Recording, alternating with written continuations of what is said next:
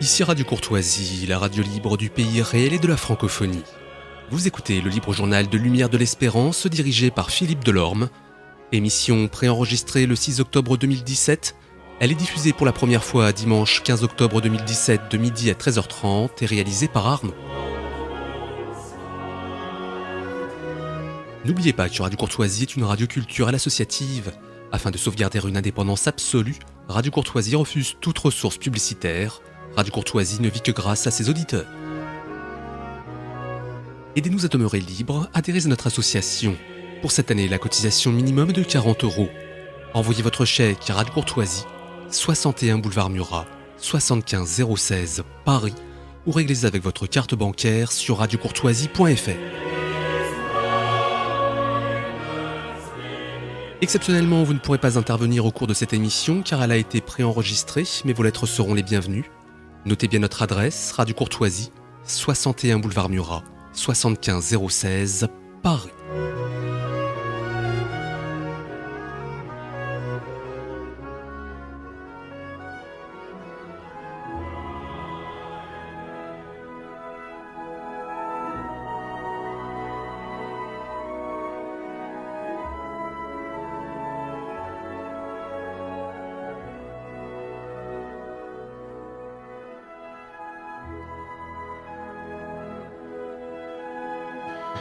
À tous les auditeurs présents et à venir, salut.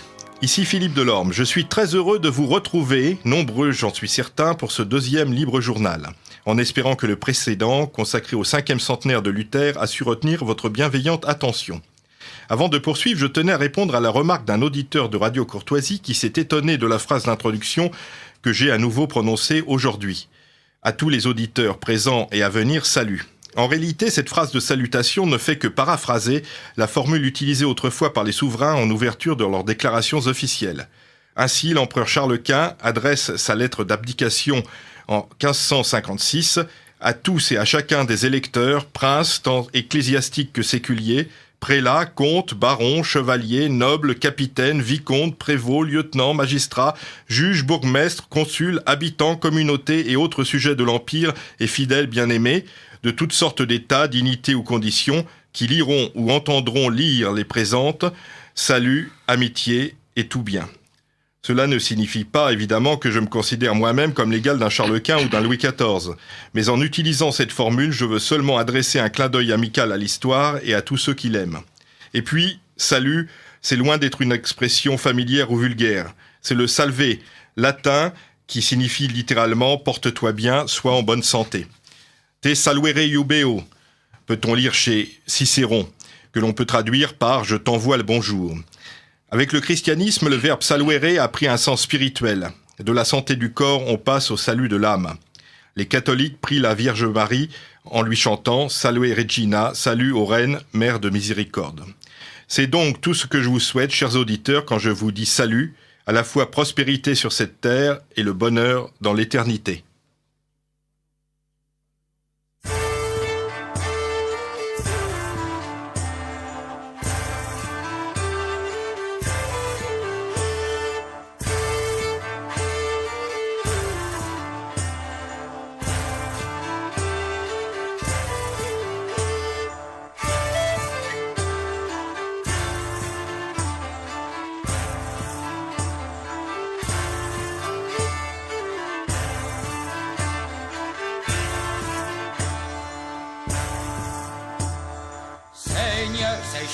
Qui orne s'en ira en cette terre où Dieu fut mort et vit, et qui la croix d'autres mers ne prendra.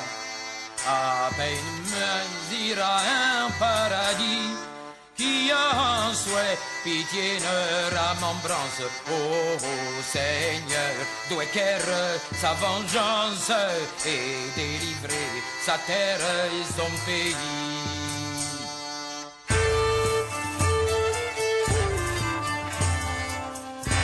La chanson de Groissade que nous venons d'entendre a été composée par le comte Thibaut IV de Champagne, roi de Navarre, dit le troubadour. Il vivait au XIIIe siècle. En effet, il est l'auteur de 71 compositions lyriques, dont 37 chansons d'amour courtois, que lui aurait inspiré, dit-on, la reine Blanche de Castille, dont il était, dit-on, fort épris.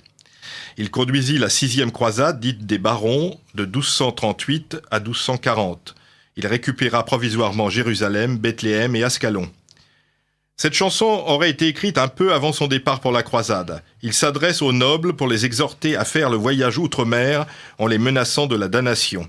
« Seigneur, sachez que celui qui ne s'en ira pas maintenant, en cette terre où Dieu fut mort et vivant, et qui la croix d'outre-mer ne prendra, à dure peine ira en paradis. » Vous comprendrez le choix de cette pièce musicale quand je vous dirai que le thème de notre débat d'aujourd'hui tourne autour de cet étrange objet qui aurait été justement rapporté de Palestine ou peut-être de Byzance par un seigneur croisé champenois. Je veux bien entendu parler du Saint-Suaire, aujourd'hui conservé à Turin, et qui, selon certains, aurait été le linceul dans lequel le Christ aurait été enseveli au soir de la Passion. Le christianisme est la religion de l'incarnation et le Concile Vatican II a rappelé que, selon la tradition, les saints sont l'objet d'un culte dans l'Église et l'on y vénère leurs reliques authentiques et leurs images. Ce qui reste d'une personne honorée comme un saint, élément corporel, objet lui ayant appartenu. Le culte rendu aux reliques qui s'adresse aux saints est un culte de respect et non d'adoration, réservé à Dieu seul. Ce culte remonte aux martyrs des premiers siècles sur les tombeaux desquels on venait prier et célébrer la messe. Cela étant, ce culte des reliques ne doit pas tourner au fétichisme et à la superstition. Et se pose également la question de leur authenticité, pour laquelle l'Église délivrera d'ailleurs des certificats officiels. Concernant le Suaire de Turin qui nous occupe aujourd'hui, l'Église a toujours gardé une saine prudence. Je n'ignore pas que nombre d'auditeurs sont persuadés de son authenticité, dont pour ma part, en tant qu'historien, j'estime très problématique.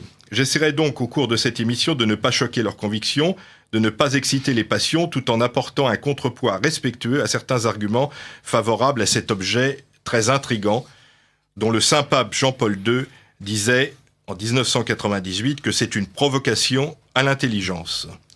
Pour traiter ce sujet, je suis heureux d'accueillir deux invités. Le premier est Jean-Christian Petit-Fils, historien éminent, familier du micro de Radio Courtoisie. Parallèlement à une brillante carrière dans le secteur bancaire, il a réalisé une œuvre historique de premier plan.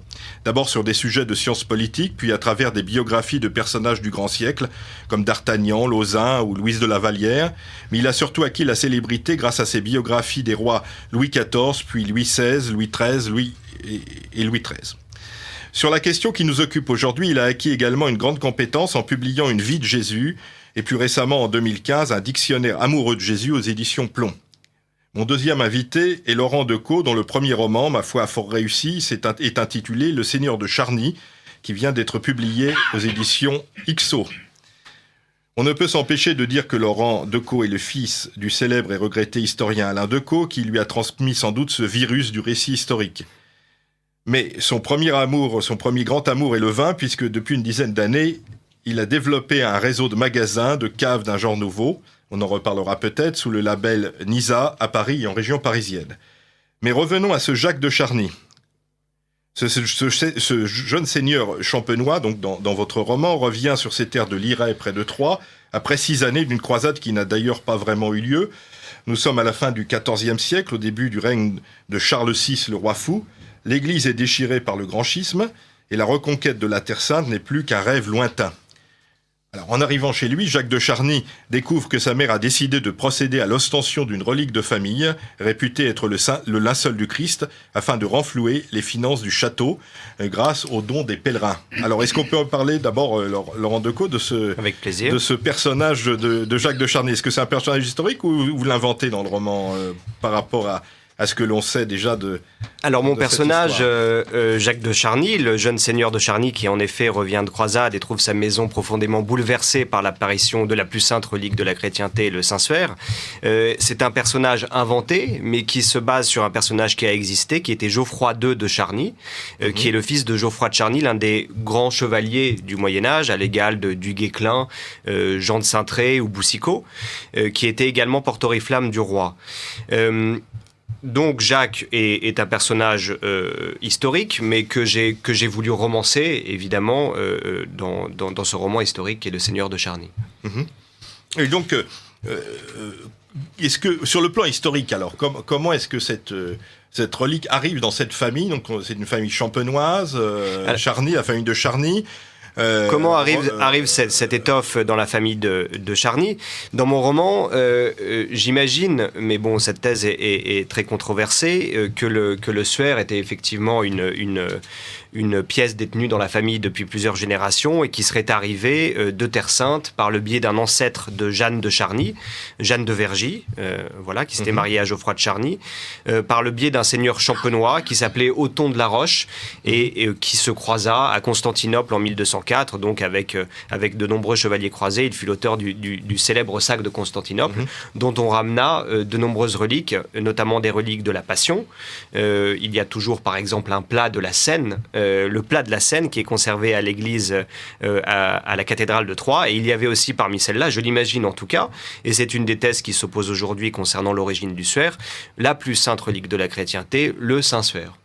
Parce qu'en fait, cette relique, enfin ce tissu apparaît à peu près en 1357, 1359, c'est tout à fait ça. Sans qu'on dise d'où il vient véritablement. Enfin, on n'a pas de document. Le Saint-Suaire de Lirey, c'est-à-dire ce Saint-Suaire de Champagne que j'évoque dans mon roman, et c'est parfaitement avéré aujourd'hui, est tout à fait identique au Saint-Suaire de Turin. Donc il faut savoir qu'avant d'arriver en Italie, le Saint-Suaire est passé par la France, par la Savoie.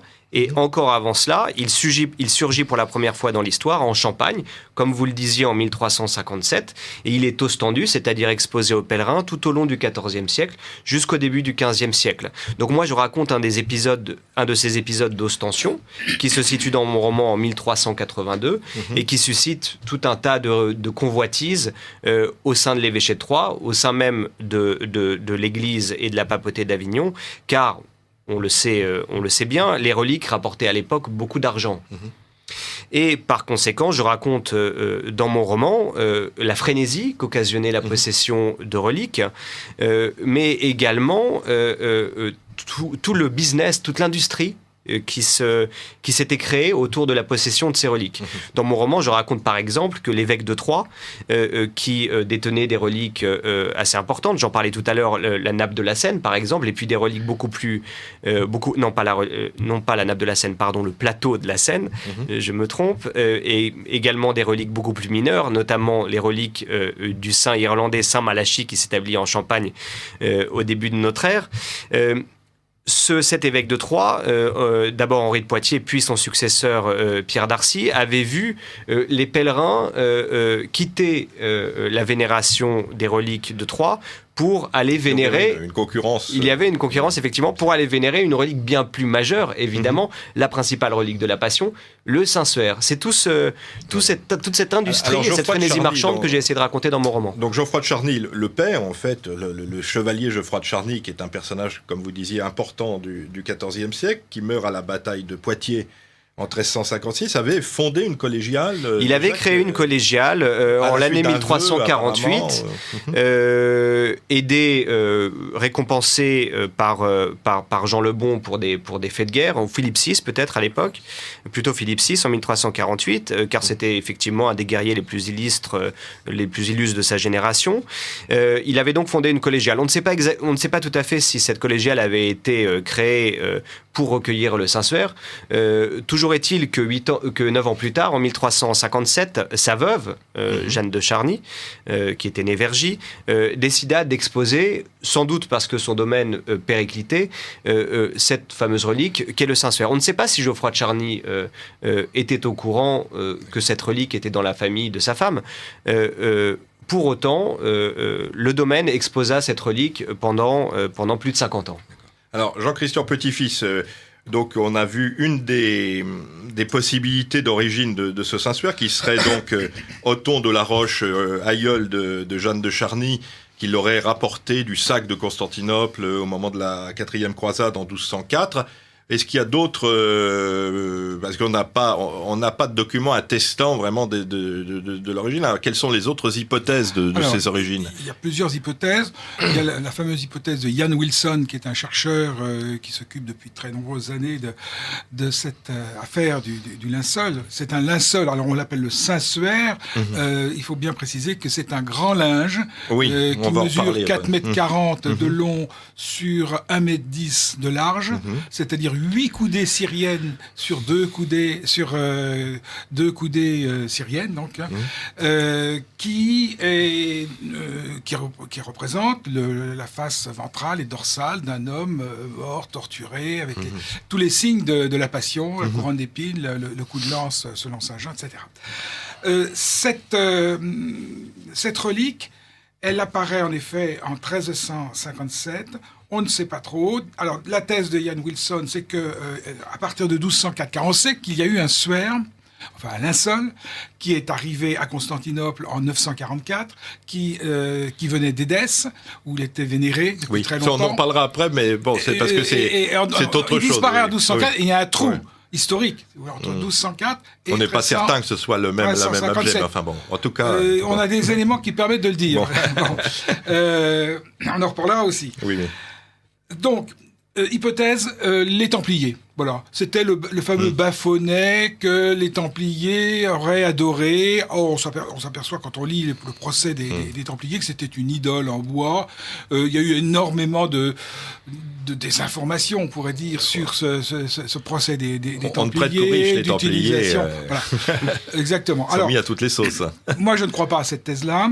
En revanche, il y a une thèse qui a été émise il y a quelques années par le père Dubarre, qui est beaucoup plus intéressante, qui parle donc en effet de Geoffroy de Charny, qui était le porte-oriflamme de la chevalerie française, de l'armée française, qui est un personnage très important, qui avait été emprisonné par les Anglais, à 2 reprises d'ailleurs, et à la suite d'une de ces libérations, Geoffroy de Charny avait décidé de créer un sanctuaire en l'honneur de la Vierge Marie. Donc cette fameuse collégiale dont on a parlé. C'est cette collégiale. Alors on est dans la période de la Grande Peste. C'est à ce moment-là que la Grande Peste envahit. Vous savez que la Grande Peste, ça a fait disparaître entre le tiers et la moitié de la population. Donc désastre économique. Alors il a construit une petite collégiale en bois. Il semble que pour récompenser Geoffroy de Charny, Philippe VI de Valois, c'est un texte en tout cas des chanoines de Liré, postérieur, j'entends bien, pour se défendre du vol ou d'un rapt quelconque, qui a dit, c'est Philippe VI de Valois qui a donné à Geoffroy de Charny ce linceul. Ce que nous voyons, c'est que, et ça c'est la thèse du père Dubarre, est arrivée en France la couronne d'épines avec Saint-Louis, et puis une deuxième série de reliques. Il y avait quelques reliques aussi, un morceau de la vraie croix, un morceau important qui demeure aussi, et puis un certain nombre de reliques, dont des cheveux de la Vierge. Bon, entre guillemets, hein, bien sûr, parce que là, nous sommes... on sait qu'il y a des quantités de... Il y avait même du lait de la Vierge, il y avait une dent de Saint-Jean-Baptiste, il y avait une barbe de Saint-Pierre, etc. Bon, un poil de barbe, bien entendu. Mais enfin, il reste que... dans cette collégiale, il y a un énoncé, il y a plusieurs documents d'ailleurs qui nous parlent de ce que contiennent ces reliques, et il y a en effet un cheveu de la Vierge qui aurait été... Donc, ça permet de rattacher le linceul à ce qui était détenu à la Sainte-Chapelle, puisqu'il y a eu un deuxième apport de reliques du temps de Saint-Louis aussi. Hein. Oui, il y a eu des morceaux de lance, d'éponge, enfin des tas de choses très hétéroclites. Oui. Ça permet de penser ça, et donc ça permet d'authentifier ce que disent les chanoines de Liré. On n'a pas vraiment de certitude qu'il y a eu prélèvement à la Sainte-Chapelle, et on parle aussi de destruction au moment de la restauration, de la Révolution. Oui, il y a des destructions, mais on sait qu'il y a une boîte, une tabelle qui contenait un linge, et dans une description postérieure, on parle plus que de la boîte, on parle plus du linge. D'accord. Alors, il semble que les autorités royales considéraient comme relique exceptionnelle, unique, la couronne d'épines. Ça, c'est évident. Je dis il semble, mais c'est évident. En revanche, il y avait un certain nombre de reliques venues de Constantinople qui étaient plus ou moins douteuses ou dont on ne connaissait pas exactement l'origine. Et à cette époque-là, au temps de Philippe VI de Valois, il n'était pas question que ce linge qui aurait été donné à Geoffroy de Charny soit le linceul. Donc c'est un cadeau dont le roi ne connaissait pas l'origine. À preuve, c'est que Philippe VI de Valois a fait un acte considérant que un autre linceul, le linceul de Cadouin, qui s'est avéré un faux, puisque c'est un étendard fatimide, donc ça n'a rien à voir avec le linceul du Christ, mais il y a un acte de Philippe VI de Valois, 1344, je sais plus, 45, disant pour le linceul du Christ, on fait une donation complémentaire. Donc, ce qui montre bien que Philippe VI, lui, était persuadé que le linceul de Jésus se trouvait à Cadouin et non pas à Liray. D'où, du coup, il a donné un certain nombre de reliques, dont un cheveu de la Vierge, dont voilà l'hypothèse, à mon avis, la plus vraisemblable, plutôt que d'aller chercher du côté du Bas-Fonais ou même du côté de Autour de la Roche. Oui, alors mais on a d'autres thèses pour amender les propos de Monsieur Petit-Fils. D'autres thèses s'affrontent. Il y a, effectivement, vous en parliez, les Templiers qu'appuyait effectivement l'éminent Ian Wilson, mais qui est tout à fait remise en cause aujourd'hui. Et pourquoi pensait-il à cette théorie ? Parce que, on s'en souvient, et notamment nos souvenirs de lecture d'adolescence nous donnent envie de s'en remémorer. C'est Les Rois Maudits, quand Jacques de Molay est immolé sur l'île aux Juifs par Philippe le Bel. Il est immolé en compagnie d'un autre grand maître de l'ordre qui s'appelle Geoffroy de Charnay. Et Ian Wilson rattachait Geoffroy de Charnay à Geoffroy de Charnay. Hasardeuse. Il est plus prudent. Bien sûr, il est plus prudent aujourd'hui, effectivement. Et l'autre thèse que vous n'avez pas évoquée, c'est la croisade de Smyrne. C'est une pseudo-croisade, un avorton de croisade, comme on en a connu beaucoup au XIVe siècle. À l'époque où effectivement la chevalerie se cherchait de nouveaux défis alors qu'elle était en déclin, Geoffroy de Charny, parti en Orient, c'est tout à fait avéré, dans les années 1345-1346, et il effectua cette petite croisade en Asie mineure. Il alla jusqu'à Smyrne. Certains disent qu'il aurait ramené à cette époque Donc c'est encore le suaire. Une possibilité. C'est encore une autre thèse. Qui serait plus simple d'une certaine manière. Et puis il y en a encore une autre. Parce que voilà, encore aujourd'hui, presque tous les ans, des nouvelles thèses apparaissent. Il est tout à fait possible, c'était la thèse d'Alain Decaux dans les années 80, que le suaire serait passé par Besançon et serait à l'origine d'une copie, le fameux suaire de Besançon qui fut détruit par la Révolution, par la Convention, qui l'exposa en 1794 avec... Ce qu'il faut voir qu'au XIVe siècle, on a une quarantaine de linceuls de Christ. Il en existe toujours une dizaine. C'est un peu comme la vraie croix. On dit qu'avec la vraie croix, on pourrait replanter... Voilà, on pourrait replanter une forêt entière. C'est un peu la même chose pour le suaire. Juste pour Smyrne... on a l'impression quand même, quand on voit tous les textes, toutes les autorisations ecclésiastiques, royales, que cette chapelle a été conçue par Philippe de Charny comme un sanctuaire pour la Vierge. Donc, il n'est pas question du linceul du temps de Geoffroy de Charny. Donc, Geoffroy de Charny de mon point de vue, aurait reçu ce cadeau de Philippe VI de Valois, ne s'est pas aperçu de l'authenticité de ce linge, simplement, parce que déjà à la Sainte-Chapelle, on s'en était pas aperçu, et Geoffroy de Charny considérait lui probablement que Cadouin, il est passé pas très loin de Cadouin au moment où, pendant les guerres. En tout cas, peut-être que Philippe VI lui aurait offert pour justement figurer dans cette collégiale. Dans cette collégiale, notamment, et je pense que l'élément important, c'était le cheveu de la Vierge pour lequel on avait construit un magnifique reliquaire. Donc, je pense, moi, que Charny n'était pas au courant de ce qu'il possédait, et c'est seulement à sa mort qu'on a déployé ce linge, on s'est aperçu et on s'est dit, tiens, mais c'est là, et probablement qu'on n'en était pas sûr, puisqu'il n'y avait pas d'acte authentifiant, et on a commencé à faire ces ostensions, d'où la réaction, évidemment, et la jalousie concurrente de Poitiers. Et puis, il y a une dernière thèse que nous n'avons pas encore mentionnée, mais je pense que c'est aussi l'objet de cette émission, c'est le fait que, tout simplement, le suaire soit un faux, une forgerie, comme on dirait alors. Ça qu'il soit un faux, c'est une possibilité. Ça peut être un faux qui vient d'Asie mineure. Enfin, ça, c'est l'objet d'un ouvrage qui va sortir dans quelques années, d'un spécialiste américain qui s'appelle Gary Varkin, et pour qui, d'après lui, il aurait retrouvé des traces de cette thèse dans les archives d'Avignon, puisque le Saint-Siège, à l'époque, se situait en Avignon, peu avant le schisme d'Occident. Ce spécialiste, Gary Varkin, nous expliquera dans ce livre que le Saint-Suaire, en fait, était une construction totale de la papauté d'Avignon qui aurait remis cette pièce forgée à l'un des plus grands, l'un des plus valeureux et l'un des plus dévots chevaliers du royaume, Geoffroy de Charny, en quelque sorte pour que ce chevalier soit gage de l'authenticité du Saint-Suaire.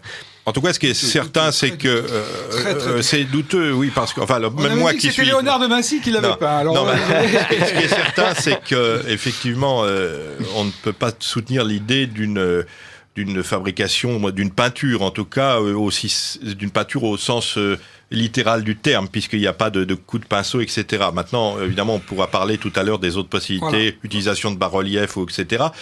Ce qui paraît quand même probable, c'est que cet objet a dû être, à mon avis, puisque je ne considère que son authenticité est tout à fait douteuse, aurait été fabriqué, à mon avis, plutôt en Orient, puisqu'on sait très bien que de nombreux chevaliers revenant de croisade ont rapporté comme cela énormément y compris d'ailleurs les objets qui sont à la Sainte-Chapelle, dont la plupart sont, à mon avis, faux. Alors on ne va pas revenir sur l'histoire de la Sainte-Couronne, mais bon, voilà. Moi, je précise tout de suite que je suis absolument convaincu de l'authenticité du linceul, qu'on a énormément maintenant d'éléments qui vont dans ce sens.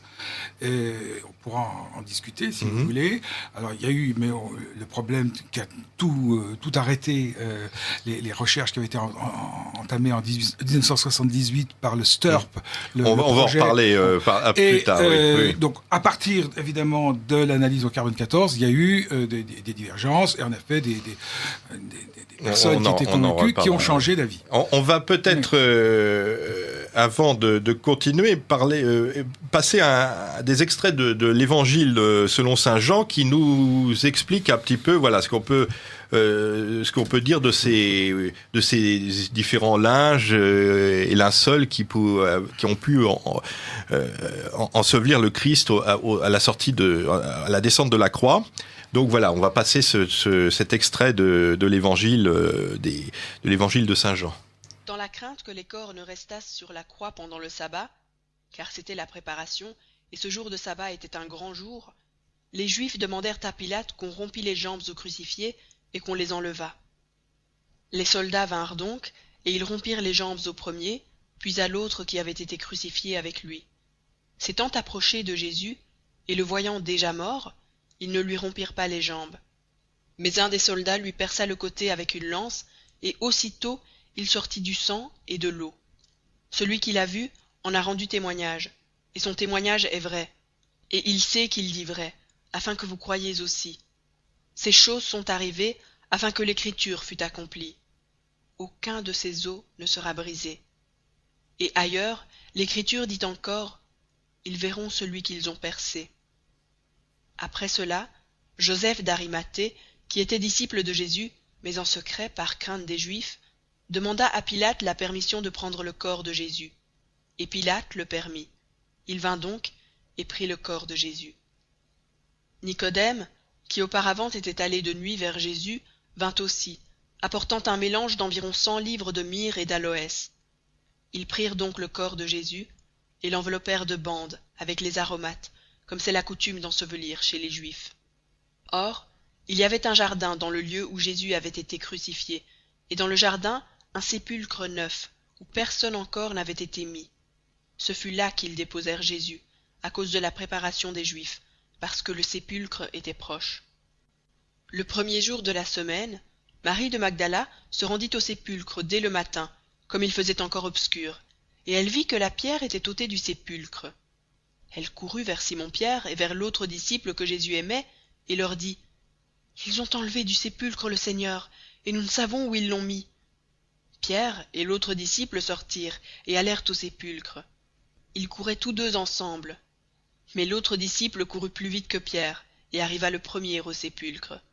S'étant baissé, il vit les bandes qui étaient à terre. Cependant, il n'entra pas. Simon-Pierre, qui le suivait, arriva et entra dans le sépulcre.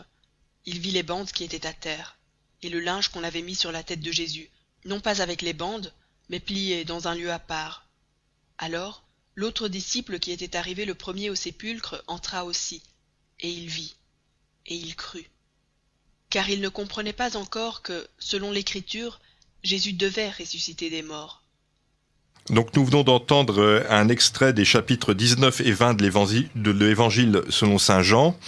Je rappelle que vous écoutez Radio Courtoisie, le libre journal de Philippe Delorme, avec Jean-Christian Petit-Fils et Laurent Decaux pour évoquer le Saint-Suaire et son histoire. Alors dans cet extrait de saint Jean, on parle de bande, c'est autonia, le mot grec, qui signifie bande, bandelette, mais enfin on n'a pas exactement une assurance sur la traduction de ces mots. Il faut dire que ce terme de suaire d'ailleurs est assez impropre, puisque en fait il s'agit, comme on l'a dit, d'un linceul. En grec, syndon. D'ailleurs, on parle de syndonologie pour la science, en tout cas la discipline qui s'intéresse au Saint-Suaire, et même de syndonolâtre pour ceux qui ont, lui vouent peut-être un culte excessif. Mais là, c'est plutôt polémique comme terme. Alors que le terme de suaire vient du grec soudarion, qui veut dire le mouchoir, ce qui est une sorte de mouchoir qui servait à justement essuyer la sueur sur le front. Donc voilà, on a un peu une erreur une erreur, en tout cas un flou autour de ces termes. Là, on a affaire à un linceul, proprement parlé, voilà. Il faut distinguer en effet, le linceul, qui est donc un grand linge, je vous ai dit, qui a été replié sur le corps d'un homme mort, c'est indiscutable, ce qu'on appelait le suaire, et nous avons aussi une autre relique qui est le suaire d'Oviedo, en Espagne. Qui serait plutôt un suaire. Qui est, alors lui, c'est ça, qui serait le linge de 80 cm sur 40, qu'on mettait sur les morts, les crucifiés en particulier, parce que les Juifs ont horreur de la mort et de la vue de la mort. Et ce suaire d'Oviedo présente des caractéristiques comme... on voit rien, on voit simplement des taches de sang. Ça a été plié. On a fait des analyses, on voit qu'il y a une superposition des taches ça, on de revient sang. Là, bon, c'est donc... Il y a bien deux éléments, le linceul et le suaire. Alors donc revenons au suaire, enfin au linceul, disons linceul plutôt, le linceul de Liret, qui donc fait l'objet d'ostensions à la fin du XIVe siècle, mais un peu contre l'Église, puisqu'on a vu que les évêques successifs de Troyes vont s'élever contre ces ostensions, peut-être de manière intéressée, on l'a dit, puisque ça leur enlevait en quelque sorte des clients pour leurs propres reliques, mais même le pape... Alors il faut voir, comme je disais tout à l'heure, qu'on est à l'époque du grand schisme, et donc on a deux papes, et le pape d'Avignon, qu'on appelle antipape, puisqu'il n'a pas été reconnu ensuite comme pape légitime par la succession apostolique. Clément VII, lui-même, va dans un premier temps interdire ces ostensions, puis ensuite les autoriser, mais un peu du bout des lèvres, puisqu'il dit qu'il faut expliquer très clairement aux pèlerins qu'il ne s'agit pas du vrai linceul du Christ, mais d'une figure de ce linge mortuaire, une peinture ou un tableau du suaire. Donc on a vraiment beaucoup de précautions de la part de l'Église, qu'on verra d'ailleurs se perpétuer cette précaution jusqu'à aujourd'hui, puisque encore les derniers papes, Jean-Paul II, Benoît XVI, parle plutôt d'icônes ou de merveilleuses icônes et non pas de reliques à proprement parler. Alors, est-ce qu'on peut expliquer, d'abord, avant de repartir dans la discussion sur l'authenticité, qu'est-ce qui lui arrive à ce suaire, donc, à ce linceul, à partir du moment où il est... Alors, Laurent Decaux va nous expliquer ce qui lui arrive jusqu'à au moins jusqu'au 19e siècle. Après, le 20e siècle sera l'époque des controverses, donc on en parlera plus tard. Eh bien, c'est assez simple. Évidemment, il surgit dans l'histoire, comme nous l'évoquions tout à l'heure, à Lirey, en Champagne, où il est conservé jusqu'au début du XVe siècle. Puis, dans la première moitié du XVe siècle, il est confié, puis transmis définitivement par les descendants de Geoffroy de Charny et de Jeanne de Vergy à la famille de Savoie. C'est la raison pour laquelle il est conservé d'abord à Grenoble, ensuite à Chambéry, où il est victime d'un incendie en 1532. D'ailleurs, cet incendie est toujours l'objet de réflexion et d'analyse, parce qu'on se demande effectivement si les pièces d'étoffe qui n'ont pas été prélevées lors de l'étude au carbone 14 de on en parlera tout à l'heure, de l'affaire du carbone n'ont pas été altérées par cet incendie de 1532, qui fut également l'objet de tous les soins des moniales qui ont recousu et raccommodé le suaire.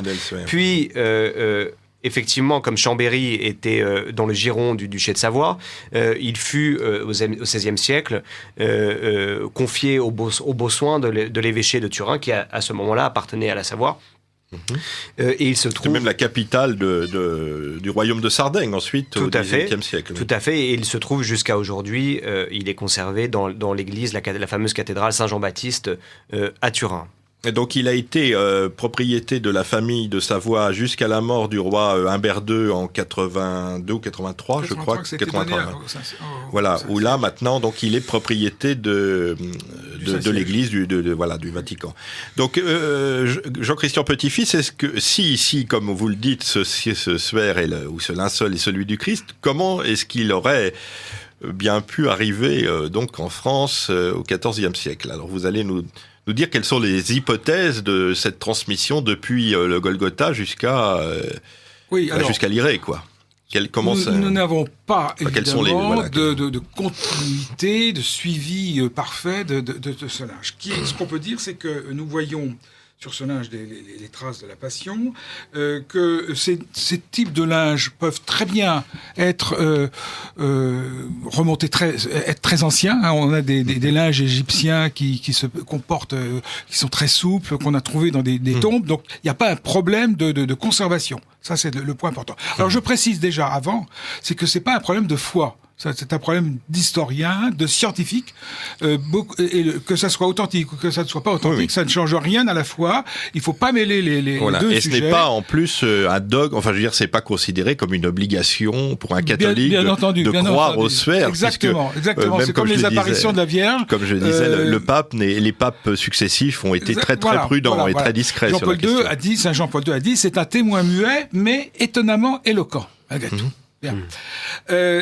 Voilà ce qu'on peut dire. Alors, qu'est-il devenu? On sait que dans un apocryphe, qui est l'évangile de Pierre, on parle du linceul qui aurait été donné aux serviteurs du grand prêtre, ou peut-être à Pierre. Il y a un problème de traduction. On sait que ce linge réapparaît à Édesse, c'est-à-dire Urfa, en Turquie, actuellement, vers 544. Oui, il a été redécouvert. Là, vous faites un petit peu un raccourci, parce que ce qu'on appelle le mandilion d'Édesse n'est pas présenté comme le suaire du Christ, il est présenté dans les textes comme une peinture plus ou moins miraculeuse faite par le scribe. Le scribe d'Anania, le scribe du roi d'Édesse. Le mandilion, c'était un visage, et ce n'était pas alors, il y a eu, bien sûr, mais on suppose que ce mandilion, en fait, était le linceul replié. Enfin, c'est jamais présenté dans les textes qu'on a sur comme un linceul. C'est présenté comme une représentation plus ou moins miraculeuse du visage du Christ. Ce qu'on peut dire, non fait de main d'homme. Arkénopoitos. Voilà, alors c'est un même chose pour le linceul. Très compliqué. Ce qu'on sait, c'est qu'à partir de ce moment-là, toutes les représentations du Christ obéissent à un même modèle, un même type avec la barbe bifide, qui a été, provient des arrachements de la barbe au moment du supplice de Jésus. Il y a un œil plus haut que l'autre, il y a un petit carré entre les... Il y a une trace de sang, plus ou moins. Les signes de Vignon, c'est le professeur Vignon dans l'entre-deux-guerres, qui avait décelé une vingtaine de signes qu'on retrouvait sur les monnaies byzantines, sur les représentations du Christ. On avait quelques représentations du même type auparavant, mais c'était plus diffus. Il y avait aussi des Christ imberbes représentés dans les catacombes. Donc c'est à partir de ce moment-là qu'on peut dire la représentation du Christ obéit à ce même modèle. Oui, mais on n'a pas de trace de ce Mandylion. On n'a pas, on le fait rétrospectivement coïncider avec le suaire, mais oui, mais on sait que ce linge qui se trouvait à Édesse, quelle que soit sa longueur, a été transféré en 944 à Constantinople, 1er août 1940 ou 15 août 944. Ça, on en a une. Bon, on a des documents sur ça, d'accord. Et là, on parle de traces sanglantes, on parle de linge. Donc, il semble-t-il qu'à ce moment-là, on aurait déployé ce linge, on se serait aperçu qu'il s'agissait non pas d'une représentation du Christ vivant. On a parlé aussi du voile de Véronique, c'est-à-dire le Mandylion, ce serait le voile de Véronique que la légende, bien sûr, nous présente comme étant ce linge qui se serait imprimé, aurait présenté pour essuyer le pendant Christ. La montée au calvaire. Voilà. Bon. Et sur lequel le visage du Christ se serait imprimé en quelque sorte miraculeusement. Il semble que ça soit lié aussi au problème du linceul. Donc ça arrive en 1944 et ça disparaît. Alors là, il est déplié, on l'admire à Notre-Dame, à Sainte-Marie des Blachernes, et il est adoré, vénéré, en tout cas vénéré, pas adoré, par les pèlerins jusqu'au sac de Constantinople en 1204. Et là, nous avons ce problème historique, 1204-1357, comme on en a parlé tout à l'heure. Qu'est-ce que devient ce... Ce qu'il faut préciser également, c'est qu'effectivement, le Mandylion d'Édesse, il est difficile de le rendre crédible. On a vraiment des doutes sur son existence. Il est difficile de le rattacher, en tout cas, au Saint-Suaire de Lirey ou de Turin. En revanche, le suaire qu'on voyait à Constantinople entre 944 et 1204, celui-là est assez attesté par un manuscrit qui s'appelle le Codex Près, qui a été réalisé dans les années 1150 à peu près, et qui est aujourd'hui conservé, il me semble, en Hongrie, sur lequel on voit effectivement le suaire, mais au détail près. C'est-à-dire qu'on remarque dessus les chevrons du drap de lin. On voit, c'est une image à la fois ventrale et dorsale du Christ. Il y a de nombreux détails qui figurent sur le Saint-Suaire, qui sont assez admirables et qui le font coïncider, en tout cas l'image de Constantinople, assez formellement au Saint-Suaire de Lirey. Donc ce qu'on appelle le Codex Près, donc est un document, un manuscrit, donc qui est en hongrois, en langue hongroise. Je crois que c'est même le premier monument de la langue hongroise, qui représente effectivement une sorte de miniature, mais quand même assez maladroite, représentant effectivement quelque chose qui ressemble au Saint-Suaire. Je ne serais pas aussi définitif que cela. Après, il y a beaucoup d'interprétations. Il y a quand même des éléments qui sont très important dans ce Codex Près. Donc, il date en effet de 1195, semble-t-il, compte tenu de la musique. On a fait beaucoup de recherches là-dessus. Et ça renvoie à une visite qu'ont fait des gentilshommes polonais à Constantinople pour le mariage de la fille de l'empereur Manuel avec Henri de Pologne en 1148. Semble-t-il qu'à ce moment-là, ces délégués ont vu le linceul. En tout cas, ce qui est étonnant, c'est que dans le Codex Près, vous voyez représenter en équerre 4 petits trous qui correspondent à un premier début d'incendie, on peut dire. En tout cas, il y a eu peut-être, on a projeté maladroitement de l'encens. On ne sait pas trop ce qui s'est passé, mais enfin, il y a avant le grand incendie dont vous avez parlé de 1532, il y a des petits trous qu'on voit. On a même des représentations du linceul avec uniquement ces petits trous et non pas les grands trous parce qu'il y a eu d'autres trous donc dus à cet incendie. Et là, nous les voyons très clairement, ce qui montre que ça a été copié sur la linceul, avec les chevrons caractéristiques du linceul. Alors, là, c'est vrai, moi, je me fais un peu l'avocat du diable et et du sceptique, mais cette pratique des linges commémoratifs qu'on appelait épitaphoi d'ailleurs en grec sont très courants dans l'Église d'Orient à cette époque, et c'est vrai qu'au moment, par exemple, du Vendredi Saint, où on déployait volontiers ce genre de linge symbolique représentant donc le linceul du Christ, et en plus, enfin, ce qui est encore à mon avis plus déterminant, c'est que l'iconographie le Christ tel qu'il est représenté sur ce linceul correspond exactement à l'iconographie du XIIIe siècle et du XIVe siècle, c'est-à-dire une époque où l'on va commencer à se pencher sur les plaies du Christ, sur la passion d'une manière presmes morbide, hein, donc c'est intéressant, à la suite de la Grande Peste, etc. On retrouve chez Giotto, par exemple, exactement les mêmes caractéristiques, je dirais, picturales que le linceul. Donc le linceul, quand même, correspond aussi, je dirais, même s'il n'a pas été fait par un peintre, il a pu être fait, on le verra plus tard, par position d'un bas-relief ou quelque chose comme cela. Il y a eu quand même des tentatives assez concluantes pour cela. Voilà, on a quand même cette idée c'est quand même un objet qui est de son époque, hein, dans la représentation, je dirais, iconographique du Christ. Hein. Donc, oui, voilà. on peut justement dire que cette représentation iconographique, elle obéit à des règles fondamentales qui sont apparues au moment où on a redécouvert Non, mais bien sûr, il est de son époque, hein. Mais il est particulièrement de son époque dans la mesure où, il m'apparaît intéressant de repréciser le contexte historique. Effectivement, on le disait tout à l'heure, il y a eu la Grande Peste de 1348 qui a tué 6 millions de Français, peut-être plus, sur 18 millions d'habitants. Donc il y a effectivement, vous le disiez, Philippe Delorme, un mouvement morbide, macabre. On est passionné par les détails de la passion, par la morbidité. C'est pour ça, effectivement, que les reliques de la passion, comme la Véronique, qui est exposée pendant le jubilé du Vatican en 1350, suscite la venue de milliers, voire de centaines de milliers de pèlerins.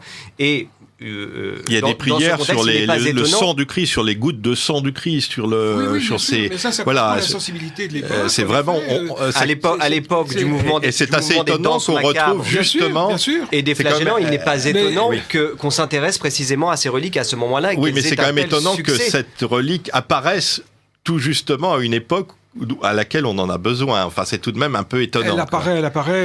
C'est une étrange coïncidence. C'est quand même très.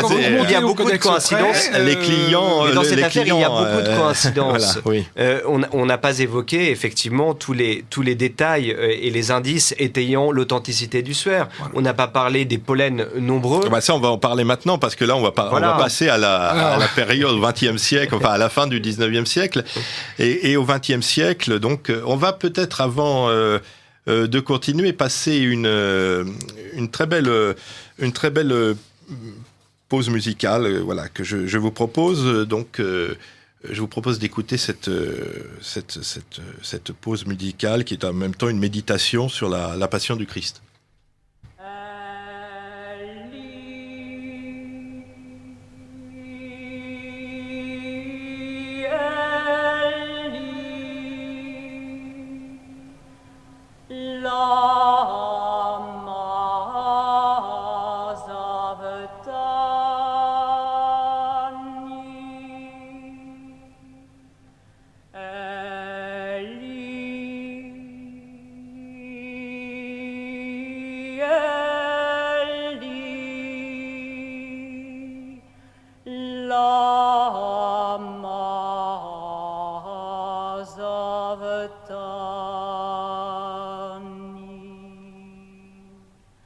Rach רחוק משועתי דברי שגעתי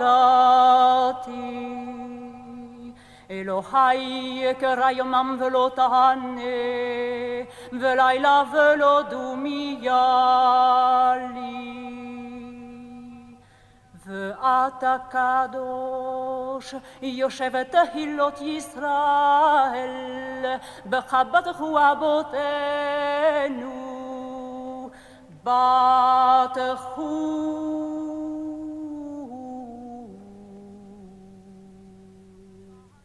ותפעלתמו אלי חזקו ונמלטו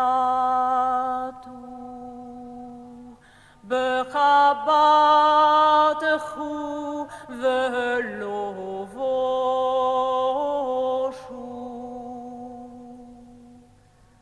ואנוכי תולעת ולא איש חרפת אדם ובזועם כל רוע ילהיגו לי יפטירו בשפה יניעו ראש גולל יהווה יפלטהו גול אל יהווה יפלטהו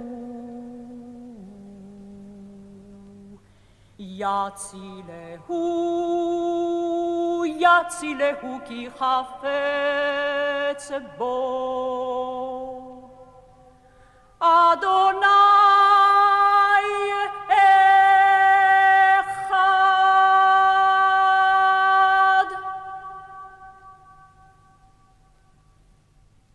Nous venons d'entendre le psaume 21 en hébreu, Eli Eli lama sabachthani, qui sont les paroles mêmes que Jésus-Christ a criées sur la croix avant de mourir. Seigneur, Seigneur, pourquoi m'as-tu abandonné? Le salut est loin de moi, loin des mots que je rugis. Mon Dieu, j'appelle tout le jour et tu ne réponds pas, même la nuit, je n'ai pas de repos. L'auteur-interprète de cette version particulièrement émouvante est la chanteuse, instrumentiste et danseuse Magdalite, de son vrai nom Madeleine Lipzik, née en 1932 et morte en 2013. D'origine juive polonaise, elle a été marquée par la perte d'une grande partie de sa famille durant les persécutions nazies. Convertie à la religion catholique à 19 ans, elle se retire dans un couvent en 1975 sans prononcer de vœux en raison d'une santé fragile. Elle composera, entre autres choses, des pièces liturgiques alliant le grégorien et le chant synagogal. Alors, nous sommes toujours sur Radio Courtoisie, au Libre Journal de Philippe Delorme, avec Jean-Christian Petit-Fils et Laurent Decaux pour évoquer le Saint-Suaire et son histoire. Nous en sommes arrivés donc à la fin du 19e siècle, où le suaire, le linceul, donc est à Turin. On peut parler maintenant du suaire de Turin ou du linceul de Turin. Il est dans une des chapelles de la cathédrale donc de Turin. Et 1898, une ostension solennelle, comme on en faisait régulièrement de cette relique, permet à un avocat italien, donc un certain Secondo Pia, de faire les premières photos de ce suaire, de cet objet. Photos qui vont donner lieu à beaucoup de débats, puisque on se rend compte qu'en négatif, le négatif de la photo réagit non pas vraiment comme un positif photographique, mais en tout cas donne beaucoup plus de détails que ce que l'on voyait sur cette image très très fantomatique, très floue, qui était celle du linceul. Quand on le voyait donc c'est là qui va, c'est cette première photo, ces premières expériences, je peux dire scientifiques, qui vont déclencher pendant tout le XXe siècle toute une batterie d'expériences, de recherches, de controverses diverses et variées autour de cet objet irritant, je dirais. Et voilà, on va donc en parler maintenant et on va expliquer les uns et les autres, comment est-ce que l'on peut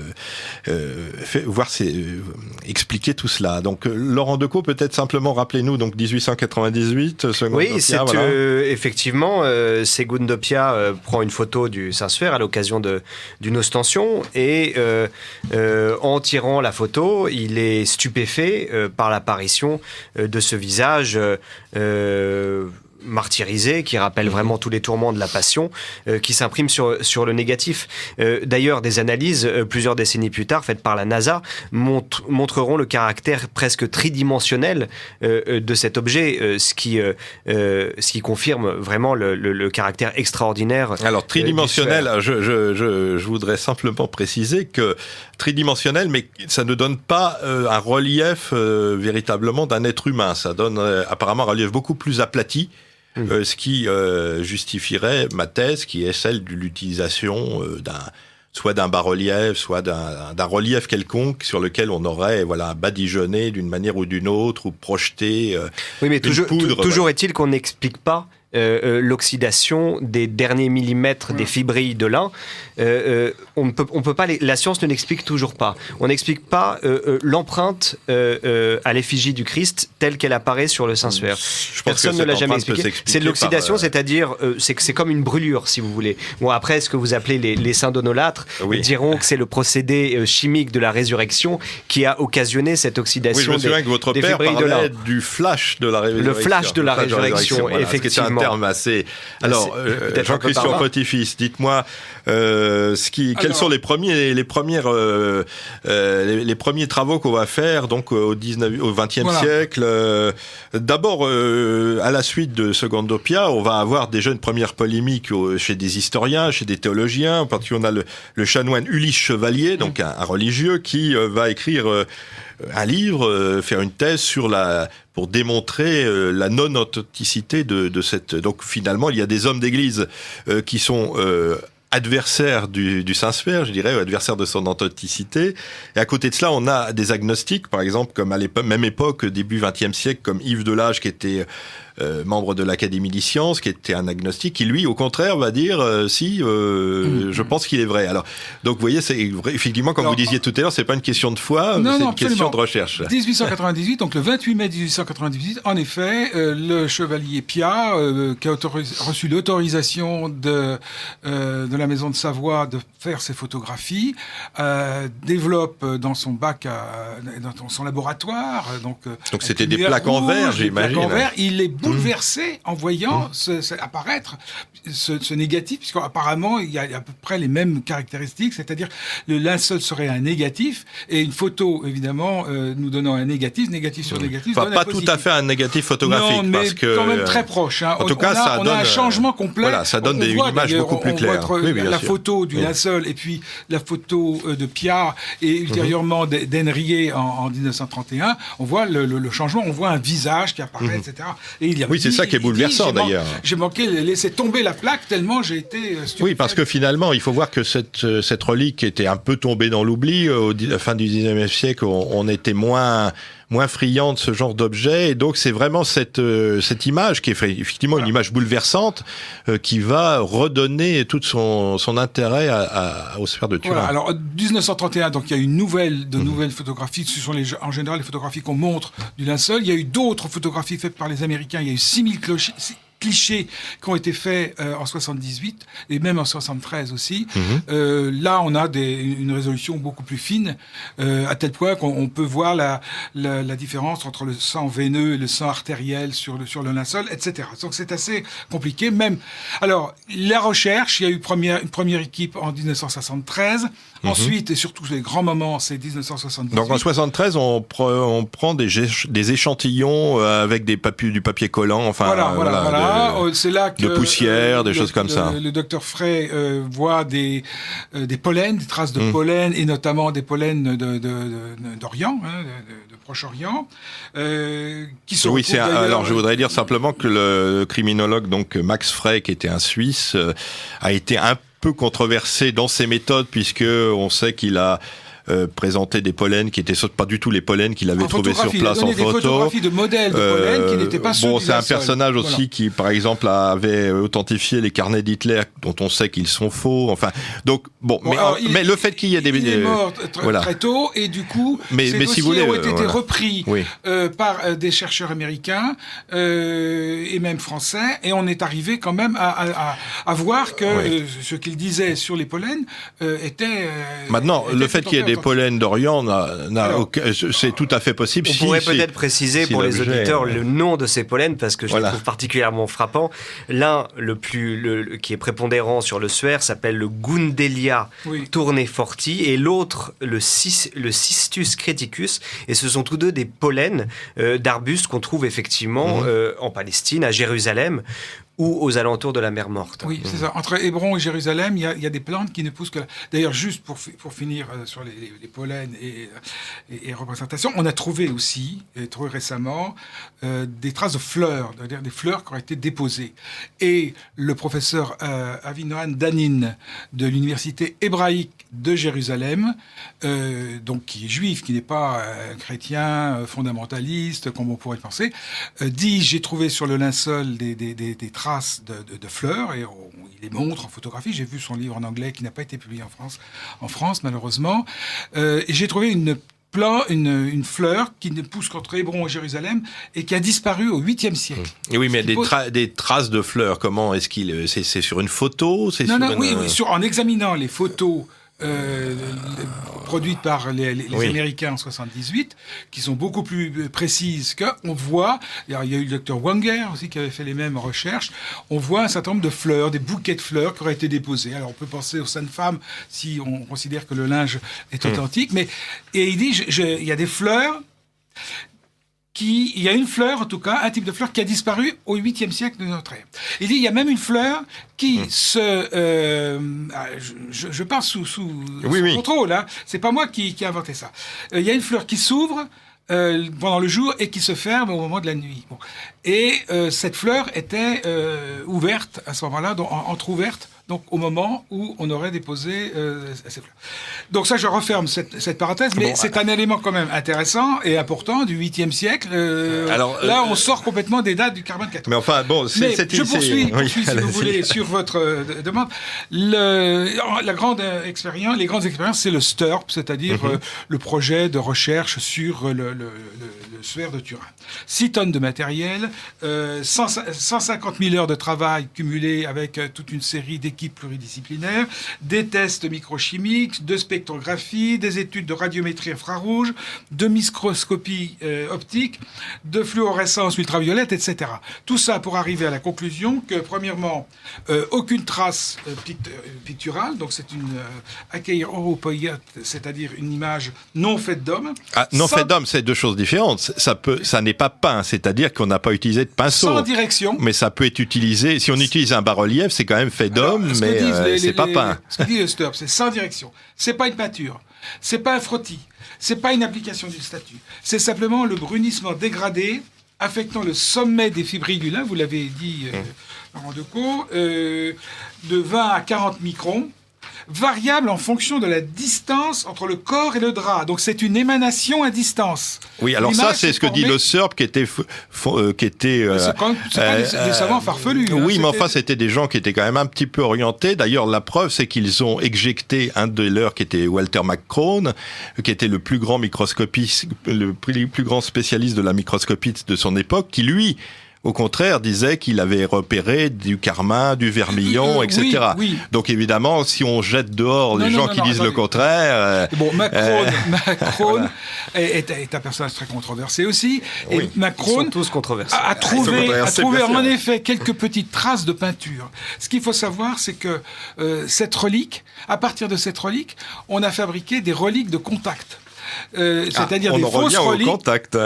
Des fausses reliques, c'est-à-dire on appliquait sur le linge des tableaux, des peintures, de faux linges, et on considérait que c'était des linges authentiques. C'est la même chose pour les clous de la Passion aussi. Il suffisait qu'on prenne un tout petit morceau du clou de la Passion, ou du clou de la Passion. C'est des reliques homéopathiques, en quelque sorte. C'est des reliques qu'on fabrique. Au Moyen-Âge, on fabriquait comme cela des reliques.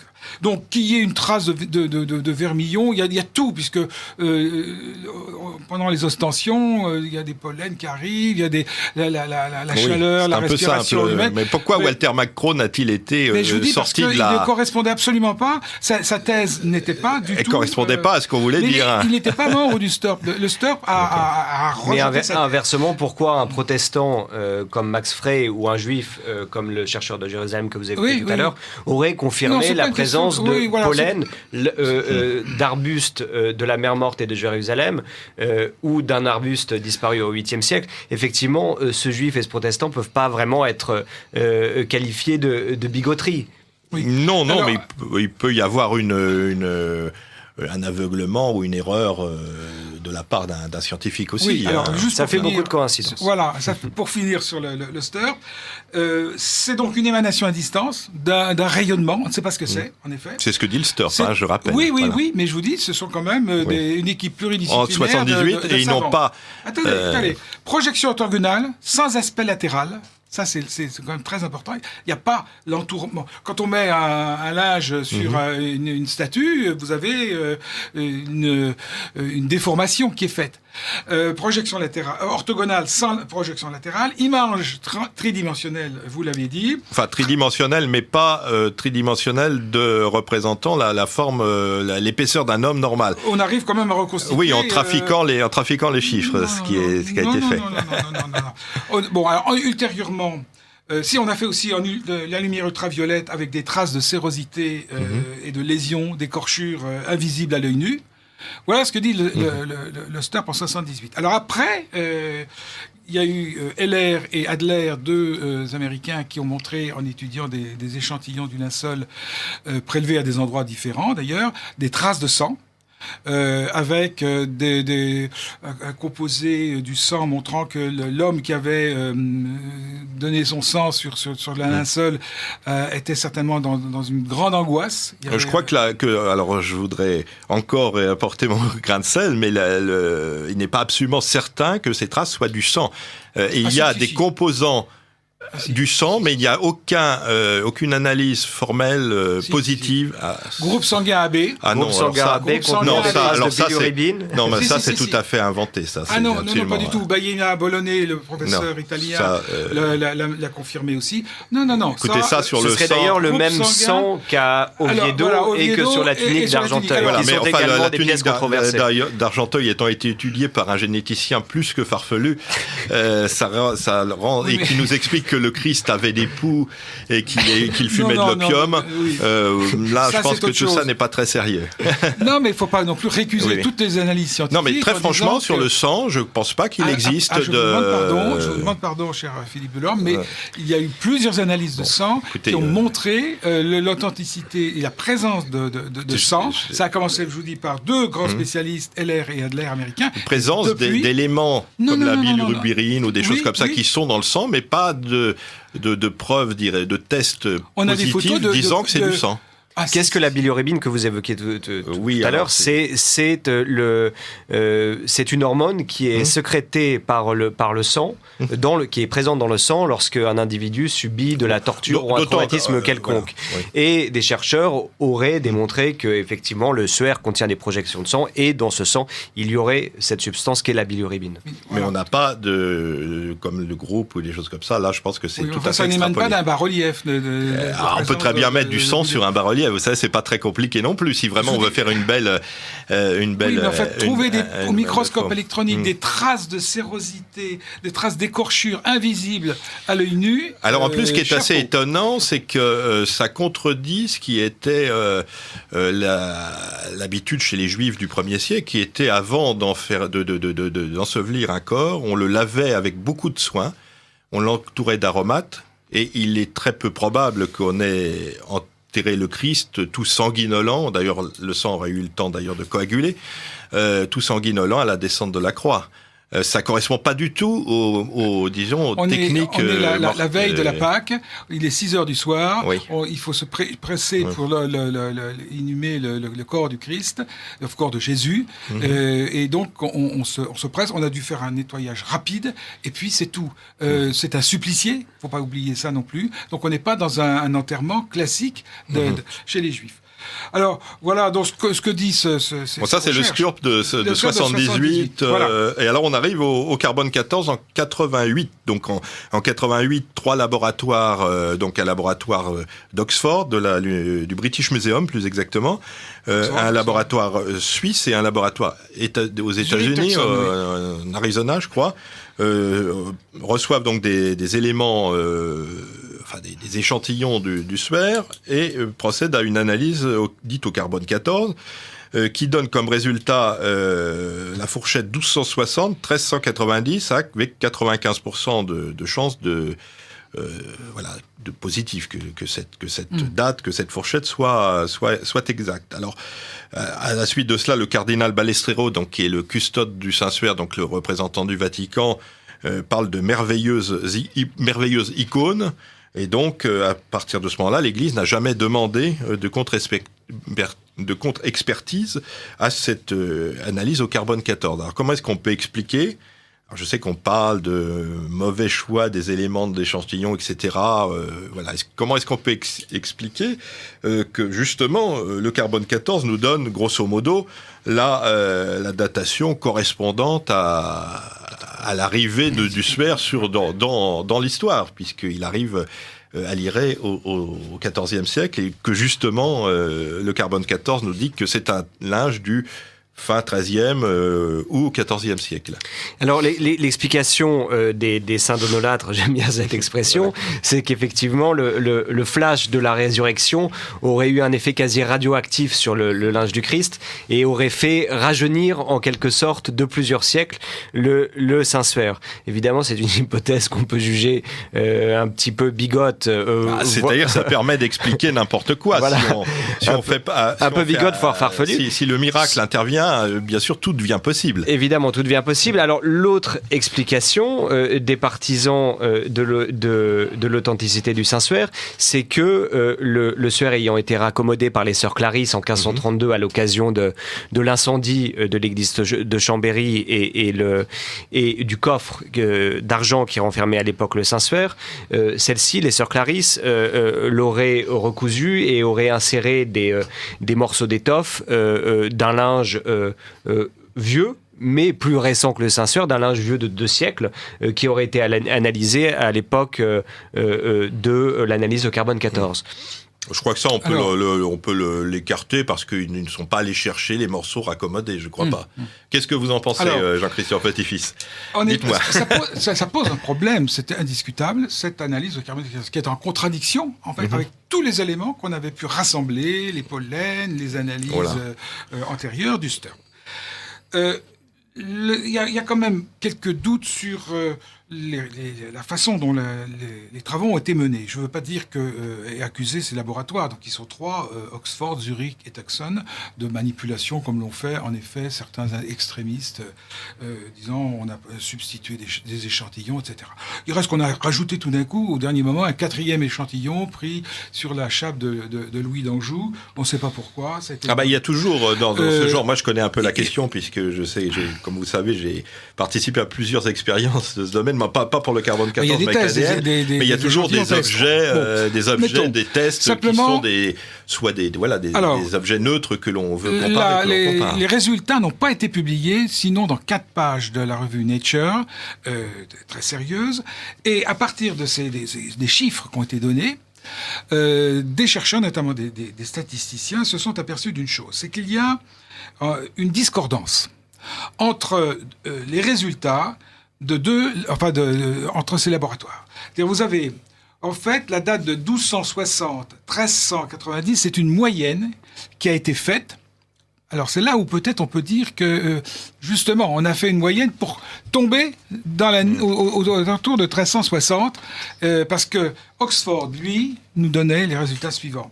1262, 1313. Donc, on est avant la découverte à l'Irée. Bien. Oui, nécessairement, il a été tissé avant son ostension. Bon, Zurich donne 1353, 1384. Donc il y a un trou entre Oxford et Zurich qui est inexplicable, scientifiquement. Hein. Je ne parle pas je ne reviens pas, on ne remonte pas au 1er siècle, là.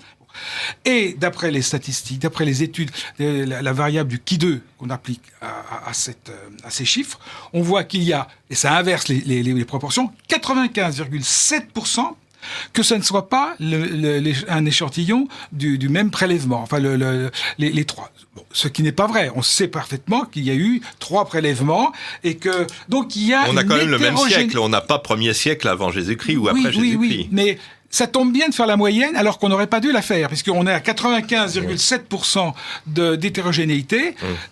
Donc ça, c'est une donnée qu'il faut considérer. Donc ça veut dire que ça pose un problème. Qu'est-ce qu'il y a eu? Est-ce qu'il y a eu un rajeunissement par l'eau? Il y a énormément de carbonate de calcium, semble-t-il, sur le linge. Il y a eu, certains ont dit, des moisissures des champignons, ce qui n'est pas à exclure. Donc voilà, tout ça... alors on a parlé d'une zone ravaudée, en effet. Et là, je crois pas. On a eu Madame Fleury Lemberg, qui est une spécialiste des tissus anciens, qui en 2000... au moment où on s'est occupé d'enlever le tissu de protection des clarisses, la doublure qui avait été mise par les clarisses de Chambéry, qui a regardé et qui a dit non, à l'endroit où il y a eu le prélèvement, il n'y a pas absolument trace de ravaudage. En revanche, elle dit quelque chose de tout à fait étonnant. C'est que, en examinant la bande latérale, alors il faut voir que dans ce linceul, il y a une bande qui a été de même tissu, qui a été raccommodée. Et elle dit, la couture de cette bande latérale, je ne connais qu'un seul exemple dans l'histoire des tissus, c'est une spécialiste des tissus anciens de Suisse. C'est un tissu qu'on a trouvé à Masada en l'an 73, dans les ruines donc de cette forteresse assiégée par les Romains. C'est là le seul exemple que j'ai. Il y a une technique de couture particulière, moi je suis pas spécialiste de couture, qui montre que là c'est le seul exemple possible. Voilà ce que dit Madame Fleury-Lemberg.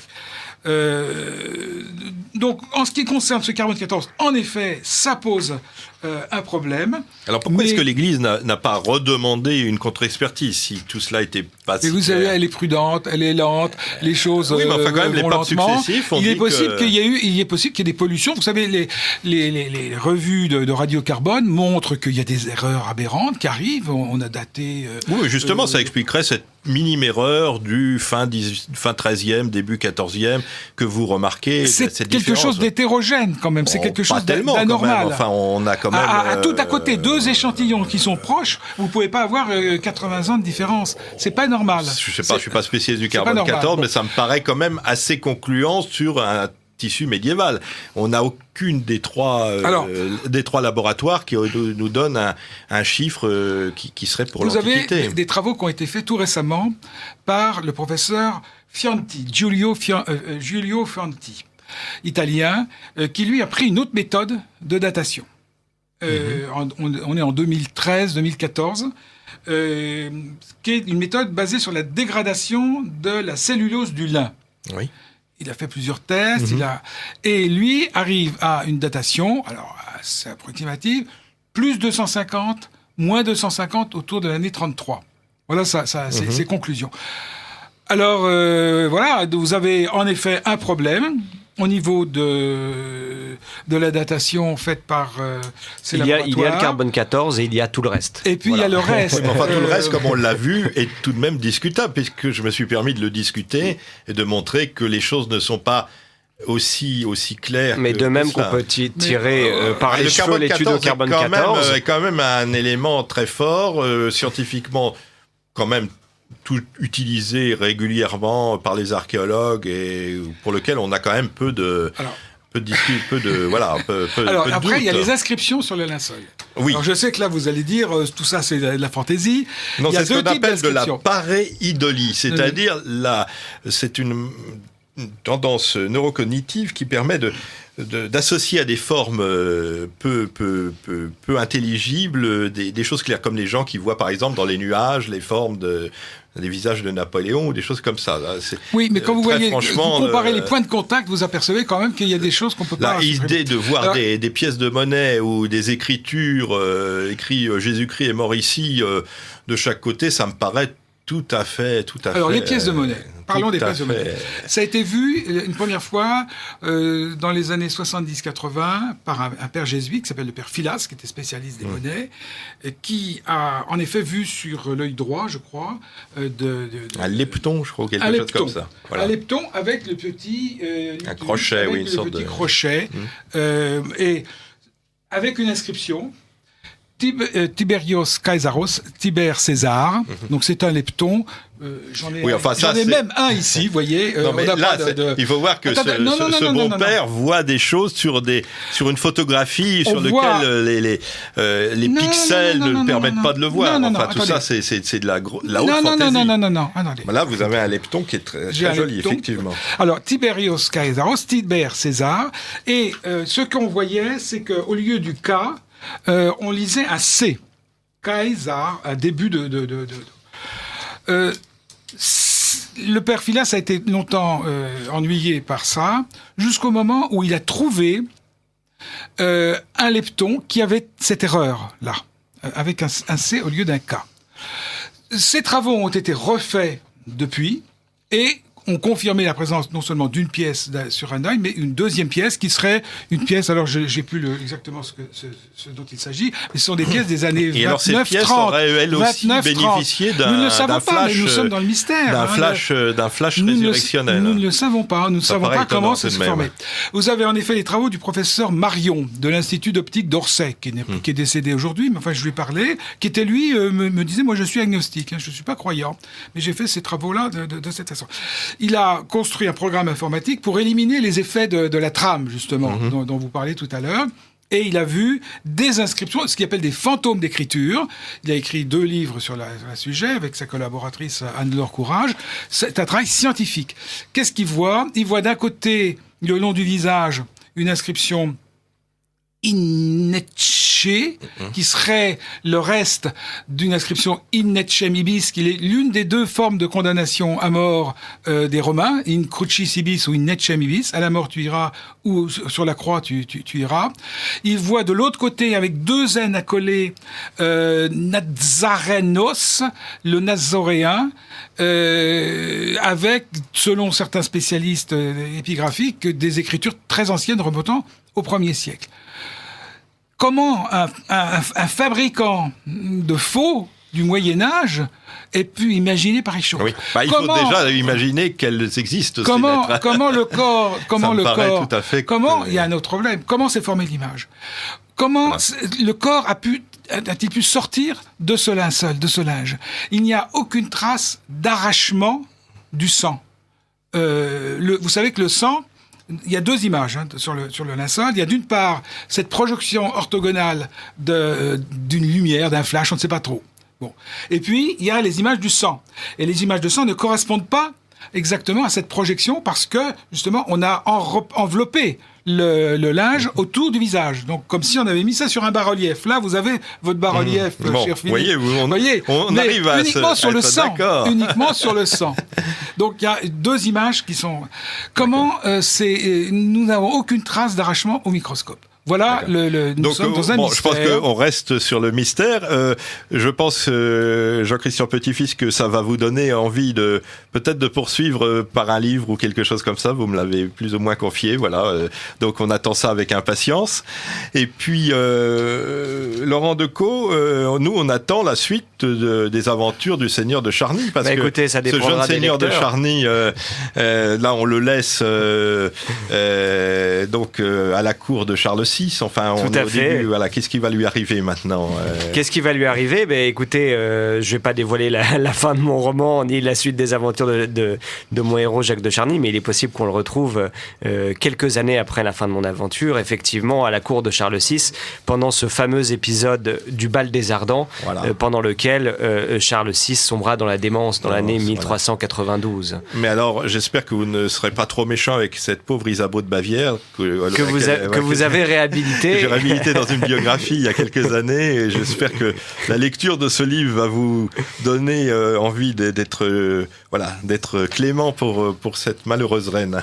Voilà, je pense que on va rappeler simplement, avant de nous quitter, que nous recevions donc Philippe Delorme, je recevais Jean-Christian Petit-Fils et Laurent Decaux pour parler du Saint-Suaire. Jean-Christian Petit-Fils a écrit plusieurs livres sur le Christ, en particulier un dictionnaire amoureux de Jésus aux éditions Plomb. Il va paraître en Tempus dans 3-4 semaines. Dans 3-4 semaines, donc vous pourrez l'avoir pour beaucoup moins cher, et c'est vraiment passionnant parce que Jean-Christian Petit-Fils a vraiment un rapport, je dirais, charnel, et puis enfin vraiment de croyant, mais en même temps voilà, d'historien avec ce personnage très énigmatique et très central de notre histoire. Et puis Laurent Decaux a publié donc un roman, son premier roman, qui est donc Le Seigneur de Charny aux éditions XO.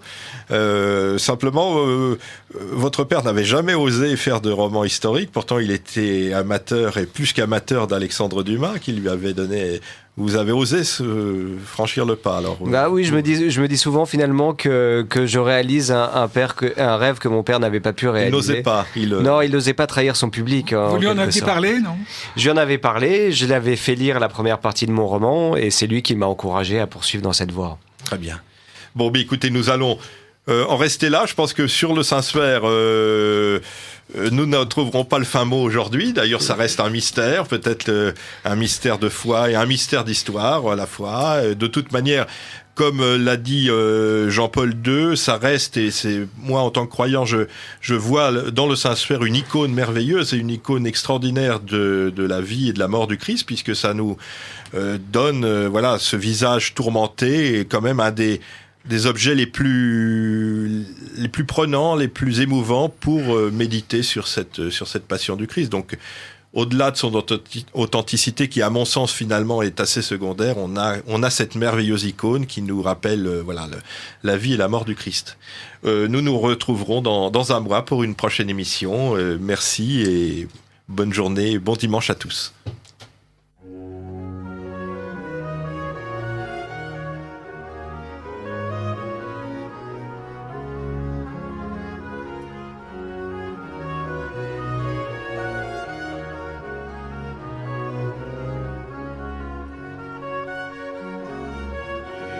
Ici Radio Courtoisie, la radio libre du pays réel et de la francophonie.